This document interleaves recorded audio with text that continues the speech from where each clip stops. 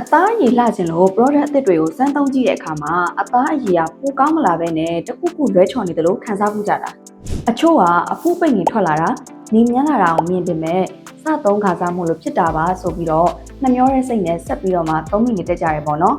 ဒါကတကယ်တော့အသားအရည်ကိုပို့ပြီးတော့မှပြည့်စည်အောင်လို့ကိုယ်တိုင်တွန်းပို့နေမိတာပါဒါဆိုရင် product တစ်ခုကကိုယ့်ရဲ့အသားအရည်နဲ့မတည့်ဘူးဆိုတာကိုပြနေတဲ့ signs တွေနဲ့ဒါကိုဘယ်လိုဖြေရှင်းရမလဲဆိုတာကိုပြပေးသွားမယ်နော်ပထမဆုံးလက္ခဏာကတော့ညီမြန်းပြီးတော့ရားရံလာခြင်းမှာဖောက်ခုံတစ်ခုခုလိမ့်ပြီးချက်ချင်းဖြစ်စေနိုင်ပိုင်းတွင်းဖြစ်စေညီရဲပြီးရားလာရင်သူ့မှာပါတဲ့ ingredients ဒါမှမဟုတ်ရနံ့တစ်ခုခုနဲ့မတည့်တာကြေကြတဲ့လောက်ပါပဲဒုတိယအချက်ကဆက်ပြင်းပြင်းနဲ့ပူဆက်ပူလောင်ခံစားရခြင်းဖြစ်ပါတယ် product စလင်းချိန်မှာတက်တောင့်တက်တာမဖြစ်ဘဲဆက်ပြင်းပြင်းဖြစ်တာ skin barrier ကိုထိခိုက်နေပြီလို့သတိပေးတာဖြစ်ပါတယ်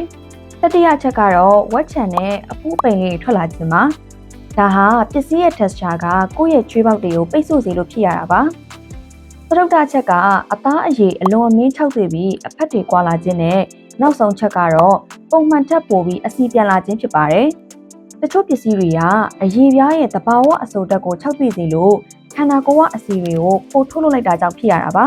ကဲဒါဆိုရင်ဒီလိုပြဿနာတွေကြုံလာတဲ့အခါဘယ်လိုဖြေရှင်းကြမလဲအဆင့်1အဲ့ဒီပစ္စည်းသစ်ကိုချက်ချင်းအသုံးပြုမှုရပ်တန့်လိုက်ပါနှမျောလို့ဆိုပြီးဆက်သုံးနေရင်အသားအရည်ကပိုပြီးကုသရခတ်သွားပါလိမ့်မယ်အဆင့်2ရားရံနေမြန်းတာတွေတက်တာအောင်လို့ရေအေးအေးနဲ့စီးကြောပါသို့မဟုတ်တန့်စင်တဲ့ရေခဲဝိတ်ကပ်ပေးပါအဆင့်3အရေးကြီးဆုံးချက်က Mixio ရဲ့ skin care routine ကိုအောက်ခြေအဆင့်ထိရိုးရှင်းအောင်ရှော့ချပစ်ဖို့ပါပဲအသားအရည်ပြန်ကောင်းမွန်လာတဲ့အထိ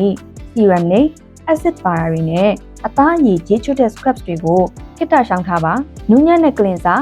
အဆိုတက်ဖြစ်ပေမဲ့ moisturizer ဒါမှမဟုတ် lotion နဲ့ နေ့ဘက်ဆို sunscreen ဒါတွေကိုပဲမဖြစ်မနေသုံးပေးရပါမယ်နော်ပြီးတော့နောက်မှာ product အသစ်တစ်ခုခုဝယ်ပြီးရင်ညနာတစ်ခုလုံးဒါမှမဟုတ်တစ်ကိုယ်လုံးကိုချက်ချင်းမလိမ့်မဲနဲ့လက်ကောက်ဝတ်အတွင်းပိုင်းမှာအနည်းငယ်လိမ့်ပြီး24နာရီကနေ48နာရီအထိ first touch အရင်ဆုံးဆက်သက်ပြီးမှပဲသုံးဆွဲတတ်တဲ့လေ့ကျင့်ကောင်းလေးကိုမွေးမြူထားကြပါနော်